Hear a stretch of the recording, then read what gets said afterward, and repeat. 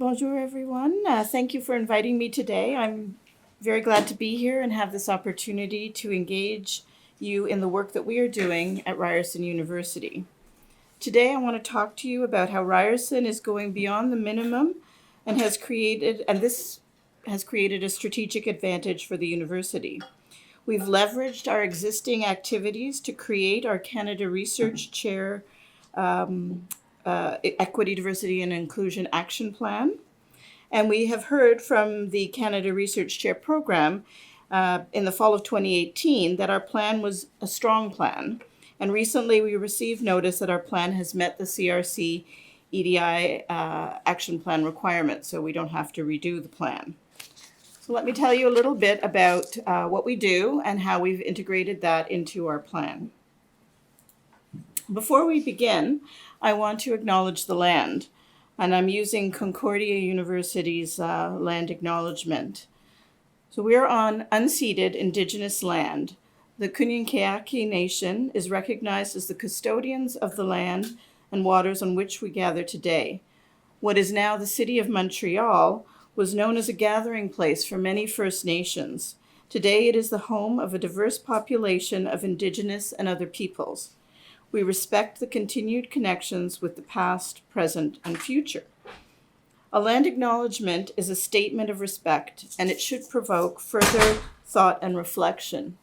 It is a way to acknowledge that this land was not empty when Europeans first arrived on Turtle Island, and it can be an opportunity to acknowledge the rights of Indigenous peoples that need to be restored in this country, and the responsibilities we all have as treaty people to be part of reconciliation. For me, it is an important reminder of my obligations to take action on the truths that I have heard and learned. This photo is of a plaque that was put up on the Ryerson campus last year next to the statue of Egerton Ryerson.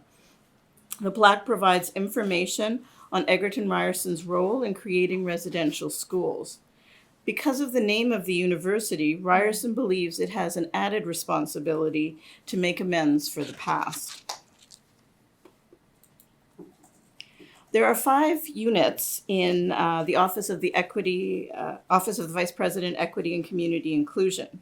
And we like to say we're a small but stealthy group. And we touch on every aspect of university life. When I talk about units, you may think, oh, there's a lot of people, but many of them have just 1 or 2 staff. My unit is just myself and another staff member. Accessibility is 1 staff member. Education and awareness is 1 person. So, as I said, we're small, but we consider ourselves a stealthy group. Dr. Denise O'Neill Green is our Vice President of Equity and Community Inclusion. She came to Ryerson in the fall of 2012. There were some existing units when she came, and they were moved under her area. Aboriginal Initiatives was one of those units. It includes Aboriginal Student Services. Aboriginal Initiatives plays an important leadership role. For example, they led extensive consultations from which the university produced our Truth and Reconciliation report, outlining how we are working towards decolonizing the university. And they are also leading actions to implement the recommendations in that report. The Accessibility Unit focuses on making the university more inclusive for persons with disabilities. Moving away from an accommodation model, Ryerson recognizes that disability is not created by medical conditions, but by societal barriers. As Heather Willis, Ryerson's accessibility coordinator, says, it's not the fact that I use a wheelchair that disables me. It's the stairs between me and where I want to go. One of the key activities the Accessibility Unit is working on is partnering with Ryerson's Learning and Teaching Office to integrate universal design for learning into pedagogy for all programs. And many universities have Human Rights Services Office, or sometimes they're called Discrimination and Harassment Prevention Offices. At Ryerson, they are a resource for community members who believe they have been harassed or discriminated against in violation of the Ontario Human Rights Code. Ryerson's Human Rights Services Office has seen an increase in complaints recently, to some extent because of the rise of hate. but also because the community has developed an increased trust that their issues will be taken seriously and they will be treated fairly. And then after Dr. Green came to Ryerson, a number of new units were created. The Education and Awareness Unit is a very visible unit. Under our VP's guidance, Ryerson established its award-winning Soup and Substance series, which are lunchtime moderated discussions on equity, diversity, and inclusion topics. Diverse panelists of faculty, staff, and students have brave conversations about colonization, racism, anti-Black racism, white privilege, Islamophobia, anti-Semitism, ableism, and more. Education and Awareness facilitator is also a guest lecturer in many first-year classrooms where they lead discussions on equity, diversity, and inclusion. This unit also participates in developing and delivering training for faculty hiring and promotion committees, new faculty orientation, chairs and directors orientation, and more. Research Planning and Assessment, my unit, we launched the Employee Diversity Self-ID in 2014.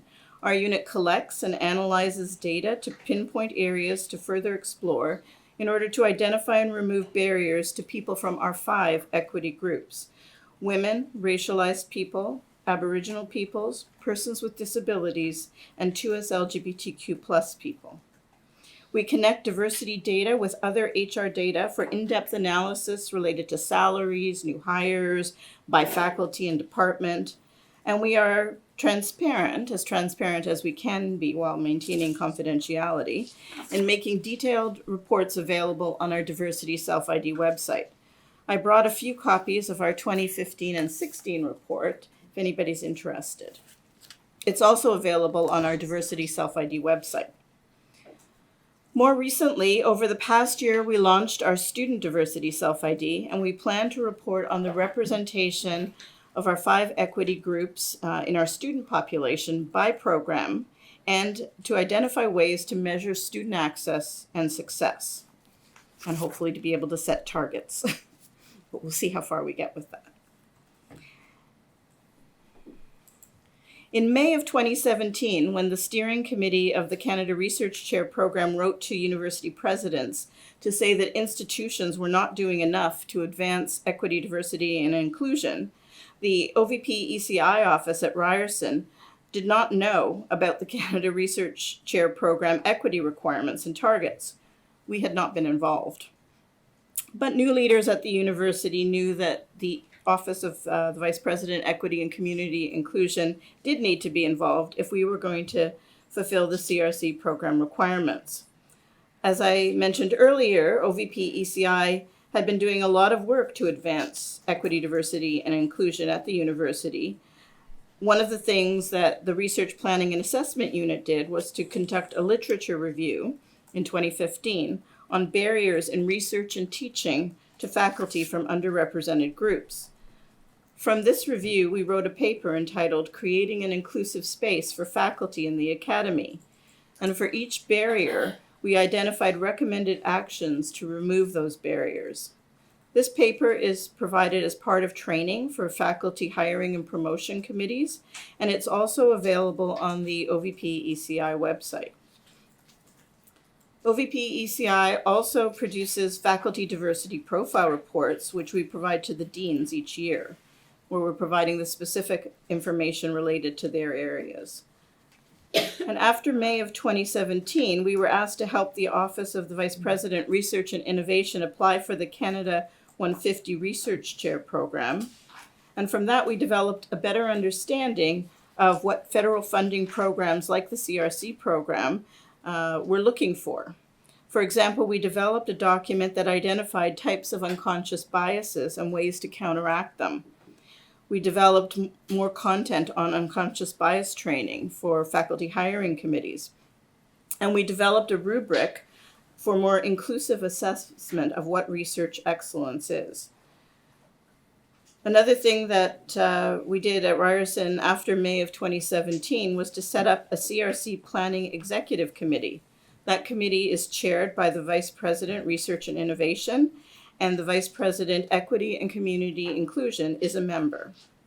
A partnership has been established between the Office of the Vice President, Equity and Community Inclusion, the Office of the Vice President, Research and Innovation, Human Resources, and the Office of Faculty Affairs. We have started to break down the silos, which we think is critical to advancing equity, diversity, and inclusion. It's a shared responsibility at Ryerson. We reviewed allocation, hiring, and retention processes and incorporated CRC program equity requirements into those processes where they were missing. Many faculty at the university were resistant to what they saw as interference in their hiring processes. I'm sure you have experiences with that, and some still are. We've piloted a number of initiatives, such as having equity representatives on CRC hiring committees. They liaise with the Vice President, Equity and Community Inclusion, and often myself, to incorporate equity, diversity, and inclusion in all stages of the process. This has been challenging, and we're still trying to make this work. It's always a work in progress. Other practices, such as incorporating equity, diversity, and inclusion criteria into job postings for Canada Research Chairs, and more extensive outreach recruitment, have had more success. So in the fall of 2017, we started developing our Canada Research Chair's Equity, Diversity, and Inclusion Action Plan, which didn't give us a whole lot of time since we had to finish it and have it in place by December. So we had, because of all the work that had been going on at the university under OVP ECI's leadership, we had many of the pieces that we needed for a plan already in place. And from our experience with the Canada 150 Research Chairs program, as well as our application for a Canada Excellence Research Chair, which we did get, we had a better idea of what we needed to have in place in our CRC Equity, Diversity, and Inclusion Plan. We made sure we understood what was required by referring to the Chair's Administration Guide details. It was very detailed and has a very long list of requirements. And the first thing we did was to see what we were doing already that fulfilled those requirements, and then we figured out what we needed to put in place in terms of what was missing. And I'm going to provide some examples. There's a lot of things that we did, but these are just some examples of what we did. So the Canada Research Chair program stated that the goal of these university EDI plans is to sustain the participation of and or address the underrepresentation of people from the 4 designated groups. For us, this was a much lower bar than Ryerson had set for itself. So we put in our plan what our university's aspirational goal is, which is to have faculty and staff who reflect our students and our community. We also have 5 equity groups, not 4, since we have 2 LGBTQ plus people as an equity group. And beyond this, our plan talks about diversity of perspective, thought, and knowledges. Our plan also talks about seeking out scholars who integrate equity, diversity, and inclusion into their work, because we're not just trying to find people to check boxes. We didn't know how that would be received by the CRC program reviewers, but we knew that our approach and our strategies were evidence-based and sound. We know that students learn better when the student population is diverse, when learning is inclusive, and when students see themselves reflected in the faculty. We know that diversity of thought and perspective is necessary to excellence in scholarship and innovation. And we also know from over 20 years of employment equity programs that compliance to such programs has done little to advance equity, diversity, and inclusion in higher education. The other thing that we were required to do is to develop the plan in collaboration. And again, that was something we already do continuously. That's a major component of the work we do. We work with faculty, staff, and students from equity-seeking groups across campus, and we continually stay in touch to be aware of the current issues and concerns. We also conduct formal consultations. In 2013, for example, we held meetings with faculty and staff from the 5 equity groups to discuss their employment experiences and what can be done to make the workplace more inclusive. For example, we invited women faculty and staff to participate in a discussion about their experiences as women employees at Ryerson. In 2017 and 2018, we held consultations on Ryerson's response to the CRC calls to action, the TRC, TRC calls to action for post-secondary institutions. And in 2019, this past winter, we conducted an anti-Black racism review. We take what we learn and we convey it back to leaders, faculty, and staff so that they can take action to address issues in their areas of responsibility. And we use the information to develop education and awareness programs, tools to support equity and inclusion, and new or changed programming. For the CRC plan, we also set up a confidential email address so that faculty and Canada Research Chairs could provide feedback on a draft version of the CRC plan. The university's CRC Planning Executive Committee also provided input, as did the Office of the Vice President, Research and Innovation, Human Resources, and the Faculty Affairs Office. Another aspect of the requirements for CRC plans is the equity, diversity, and inclusion objectives and measurements. And you'll notice under 3B, it says meeting the institution's targets and goal by December 2018. And then it said aggressive objectives must be set. And you can probably tell from what I've said so far that we were very happy to set aggressive objectives. It also fit with Ryerson's academic plan. Strategy number 1 of Ryerson's academic plan is to attract and retain high-quality faculty and staff with diverse backgrounds. In our plan, we stated that our intention is to remove the institutional barriers to hiring chairholders from underrepresented groups. And we also look for chairholders who support the values of equity, diversity, and inclusion, and who represent a broad range of perspectives and experiences. We said that the university will achieve this by infusing equity, diversity, and inclusion into all phases of the recruitment, selection, retention, and renewal processes for chairholders. We also looked beyond our overall representation of equity groups to identify the disciplines that have underrepresentation of specific groups. For example, Ryerson has met its targets for women Canada Research Chairs continuously, and this has been without having any women Canada Research Chairs from our faculties of science or engineering and architectural sciences. So what we did in terms of our objectives is we had a target for hiring 3 women CRCs, with at least 2 of them in the faculties of engineering and architectural science or the faculty of science.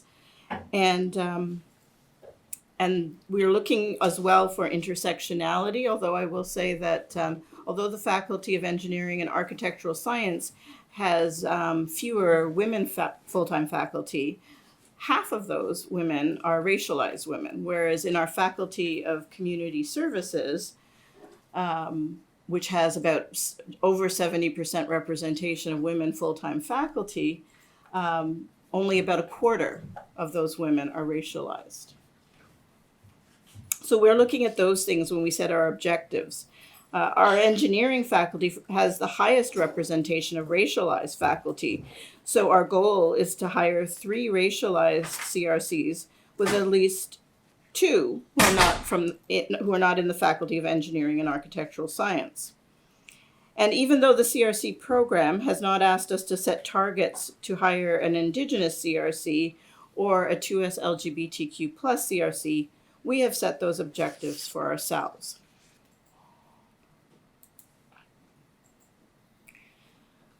Then there's a whole other set of requirements related to management of Canada Research Chair allocations. As I mentioned previously, Ryerson established a committee with senior leaders to oversee the CRC program at Ryerson. And by having the Vice President, Equity and Community Inclusion on that committee, Ryerson made incorporating EDI into policies and processes for recruiting and retaining CRCs a priority for the institution. and made it a shared responsibility. She's on the decision-making group related to that program.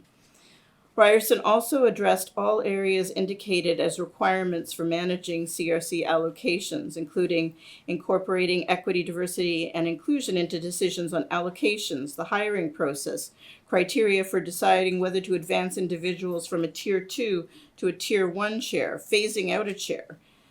And Ryerson didn't have any process in place for phasing out a chair.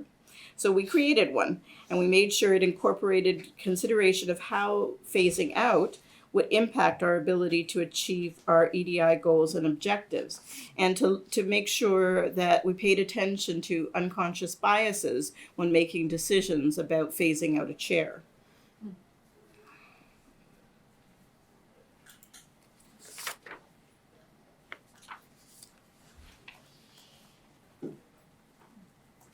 Ryerson's processes for collection of equity, diversity, and diversity data were well established. So essentially, we just described what those processes were. For example, we described how the employee diversity self-ID is an online questionnaire that is part of the self-service functionality of our human resources management system. It's continuously available to faculty and staff to complete, view, or revise. And new employees are sent emails on a weekly basis until it's completed. We find that that has actually been the key to response rates. Just harass people. Our current response rate for faculty is over 90%. Wow. The university also has implemented communications campaigns to encourage self-identification and updating of information. Some of our materials, including videos, continue to be available on our Diversity Self-ID website. And as part of the review of Canada Research Chair hiring processes, Ryerson decided to ask applicants to CRC positions to voluntarily complete Diversity Self-ID questionnaires. Administrators for hiring committees send an email to applicants asking them to complete the survey, explaining why it's important, how their information will be protected, and how it will be used. Response rates have varied, and we're continually working on improving that process.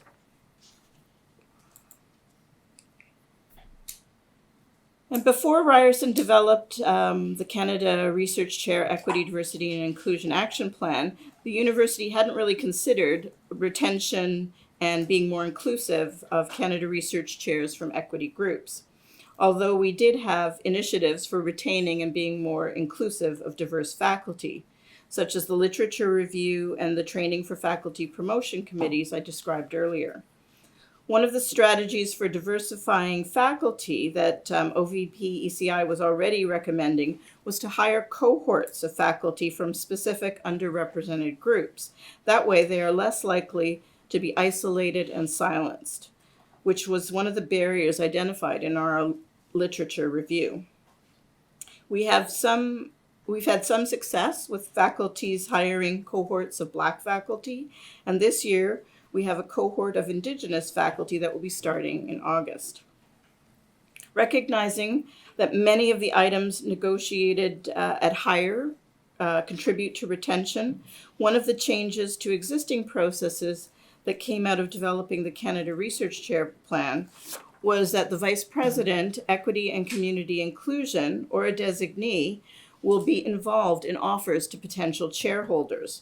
This is so we can suggest ways to incorporate equity, diversity, and inclusion considerations in the offer, where there is discretion available in the collective agreement. The Vice President may suggest mentorship provisions, providing protected time for research beyond the minimum one course release. The VP can suggest additional research funding, which may be required because of additional costs for the type or area of research, for example, community or action-based research, collaborative interdisciplinary projects, or because the research involves new critical approaches to the discipline and therefore there is limited funding available. The VP can also advocate for additional research funds based on the unique needs of chairholders, for example, for sign language interpretation and other accommodation requirements. So that gives you some idea of our story, where we're at. It's a continuing journey for us. And are there any questions? Thank you very much, Tamar. Very interesting. Don't forget, if you'd like to have more information on the self-ID report, it's also online. So I invite you to go visit the website. It's really interesting. But I'm pretty sure you have questions. Thank you so much for your presentation. It's very interesting to listen to. So I was curious about the last information that you gave about interpretation, sign language interpreters. Do you know if there's a budget with that, or is it separate? It's a separate fund for accessibility. So I want to know if there's a budget for accessibility funds, or if you have to take it from the research funds.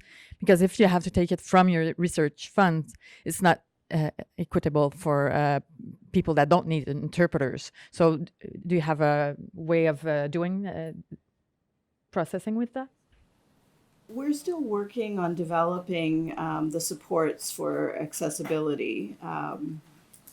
Right now, it's ad hoc based on what research funds a faculty, for example, may have available, the university may have available. We've been talking for years about having an accessibility fund by asking departments to contribute a percentage of their budgets to that fund. Hopefully we'll get there sooner rather than later. We've heard from some of our faculty that, for example, that when they're pre-tenure, they don't ask for accommodations because there's also attitudinal barriers.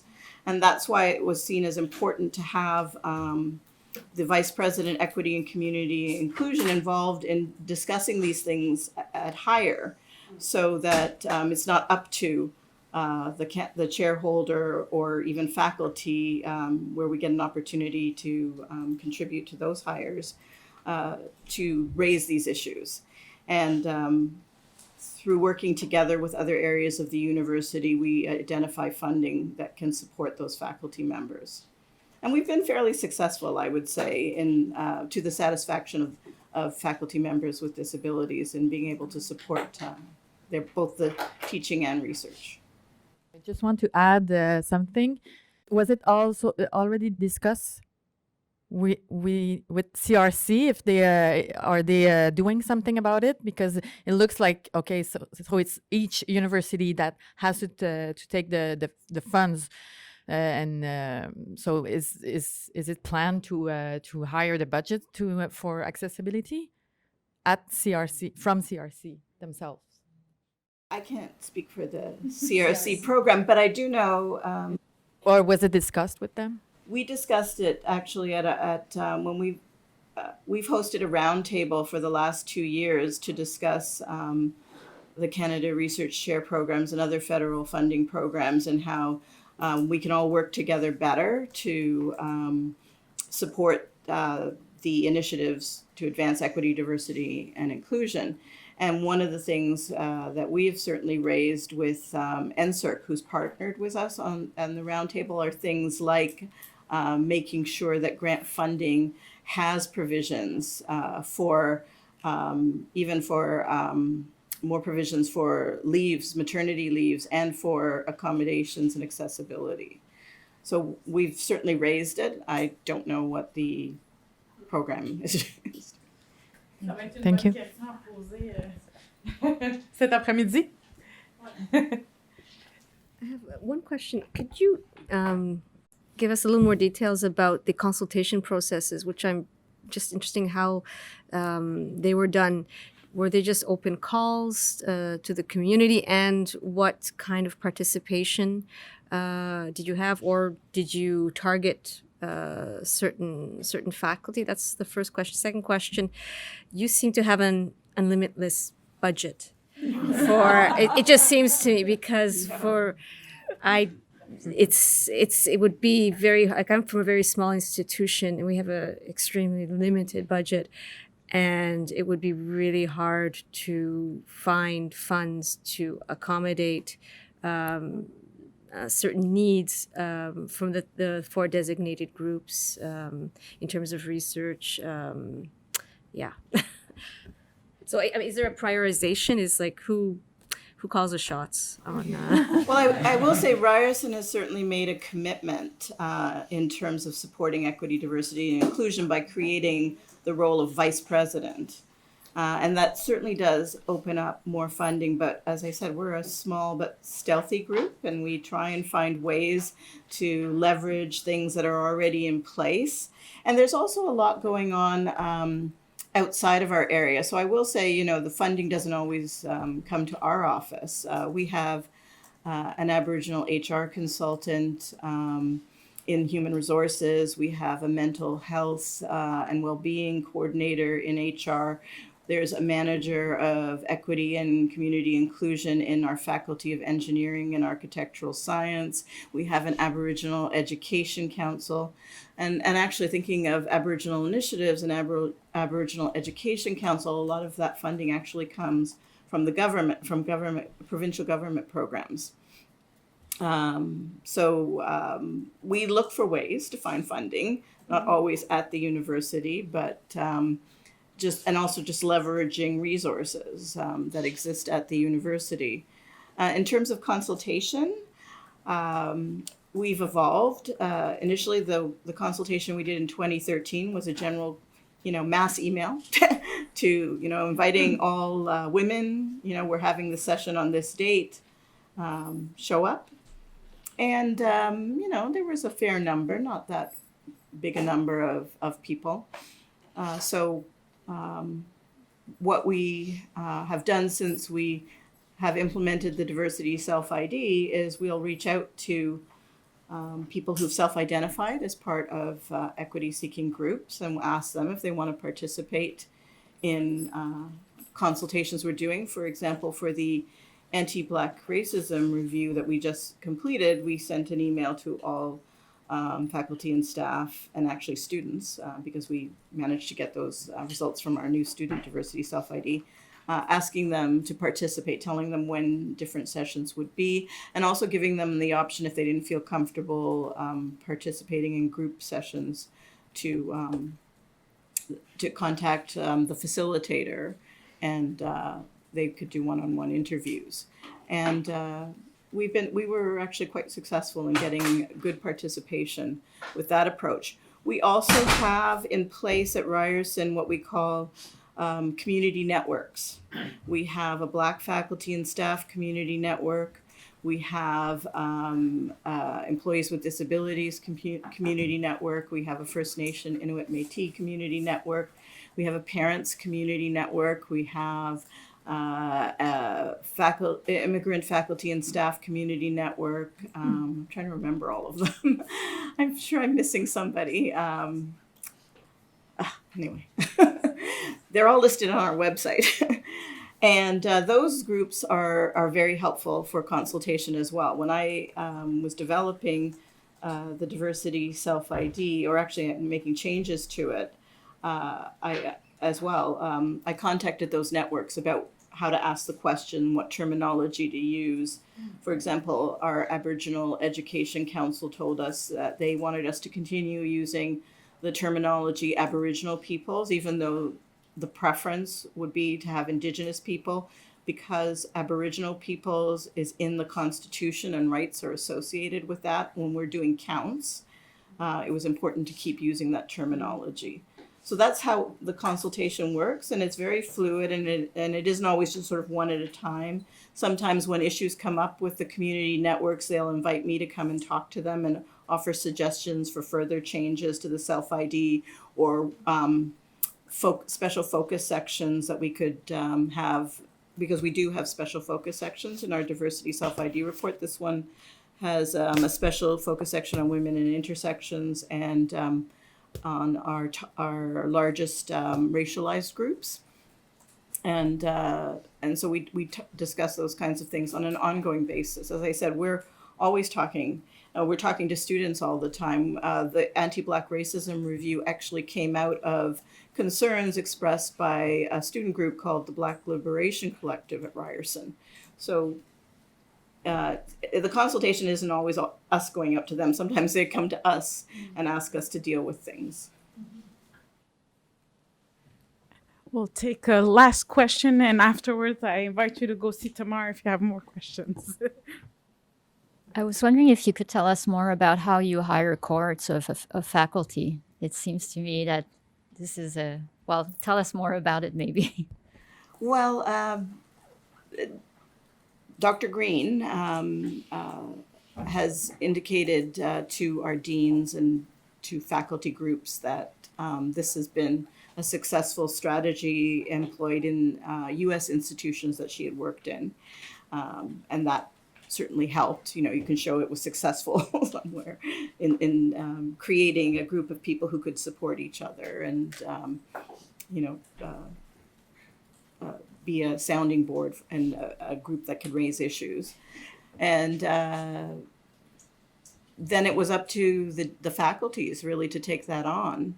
And again, there's ongoing discussions with our office and the deans. And so we continuously point to these solutions. We talk to our faculty of communication and design had the lowest representation of racialized faculty. And so Denise did make a point when we were discussing this to suggest that they look at hiring cohorts of Black faculty. And in fact, they did. Because one thing I will say with collecting and reporting, being very transparent and reporting numbers, is that the sunshine effect works. If you shine a light on something, people will want to do something about it. They'll pay attention to it. So I think the Faculty of Communication and Design doesn't like being reported as the faculty with the lowest representation of racialized faculty, and they're taking action. Faculty of Engineering and Architectural Science is reported as the faculty with the lowest representation of women. And they've just increased the representation by 4% between 2017 and 2018. So things can move. And if numbers seem to work with faculty, I'm constantly astonished at that, but because it really doesn't tell the whole story, but it shines a light on issues. Is this a directive that's given to them, or?